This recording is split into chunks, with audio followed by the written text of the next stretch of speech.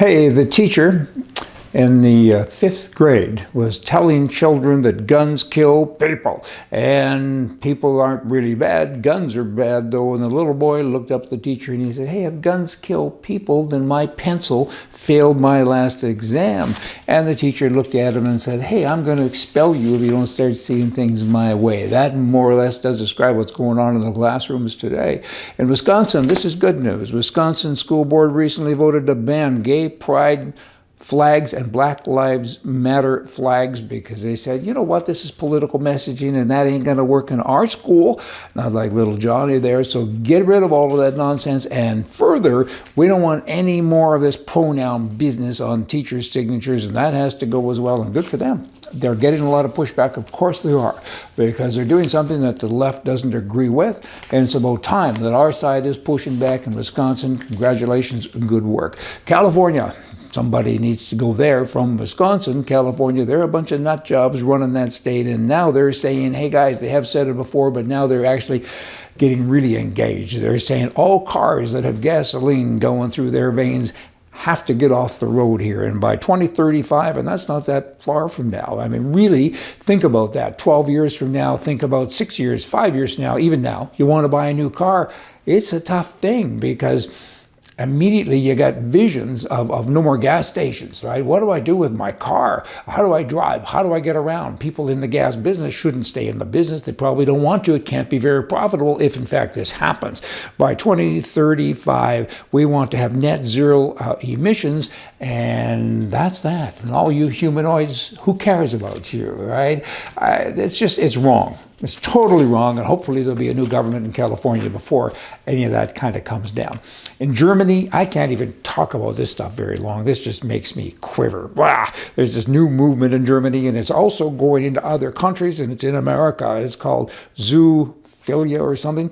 And the goal is to turn all of the LGBTQI into LGBTOZ, blah, blah.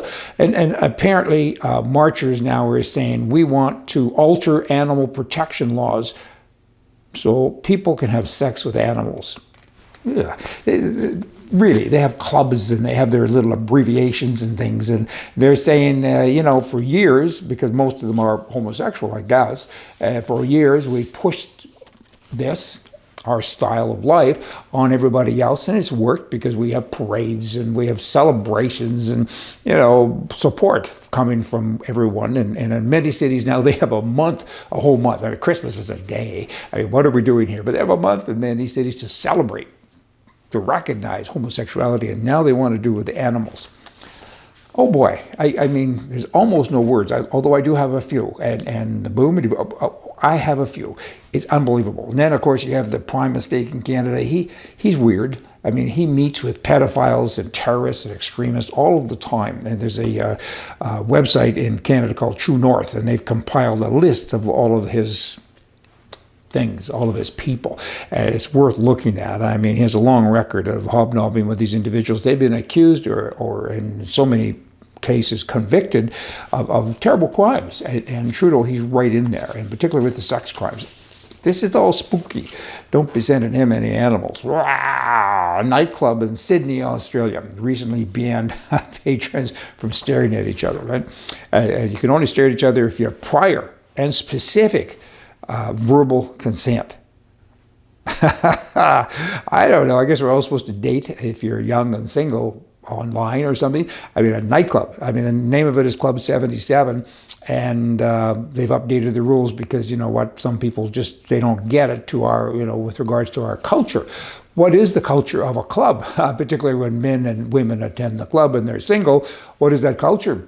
People go out with other people. Kinda. That's what's going on. And now they're saying, you can't stare at me. So I guess this is a little bit like the Taliban, I guess. Women, you're not supposed to look at them. You're just, how do you get married? How do you date? So I guess you're just supposed to kind of walk up to somebody and touch them and say, are you a female or a male? I'm a female. Oh, good. Can you go out with me? That'd be nice. I can't stare at you, by the way, but if you give me permission, maybe I can. Okay, we got something else here. Oh, screwdrivers. Screwdrivers, I mean, there's a big company in Canada called Princess Auto, and they came out with a $17.99 very inexpensive screwdriver, but it looks like a gun. And you take the, the different head and put it in the gun and you screw around, right? And some woman in Toronto, she saw it in a flyer and she contacted the CTV News and said, these should be removed because they look like a gun. You should be removed because you look like an idiot, lady. I mean, come on already. Hey, you have it. I ran down to Princess Auto myself because I wanted to buy one. I was in Canada and I said, I want one of them, and they were sold out. I said, did you take them off the shelf? And he said, the people took them off the shelf. Good marketing, and that woman, she helped us. Hey, y'all come back. See ya.